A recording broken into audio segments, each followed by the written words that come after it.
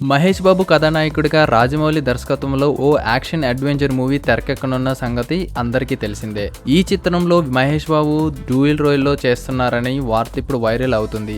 మరోవైపు సినిమాకు సంబంధించిన కీలక పాత్రల్లో కనిపించే నటీనటుల కోసం వేట కొనసాగుతుంది. ఇప్పటికే బాలీవుడ్ లో ఒకరిద్దరు ముఖ్య నటులకు స్క్రిప్ట్ కూడా వినిపించినట్లు టాక్. ఇక ఈ సినిమాలో మహేష్ సరికొత్త లుక్ లో కనిపించనున్నారు. ఆయన లుక్లకు సంబంధించిన స్కెచ్లు కూడా పూర్తయ్యాయి. ప్రీ ప్రొడక్షన్ వర్క్ కు తీసుకుని జూన్ లేదా జూలై నుంచి SSMB 29 రెగ్యులర్ షూటింగ్ చేయడానికి సిద్ధమవుతున్నారు. ట్రూ లవర్ మూవీ మార్చి 27 నుండి డిస్నీ హాట్స్టార్ లో స్ట్రీమింగ్ కానుంది.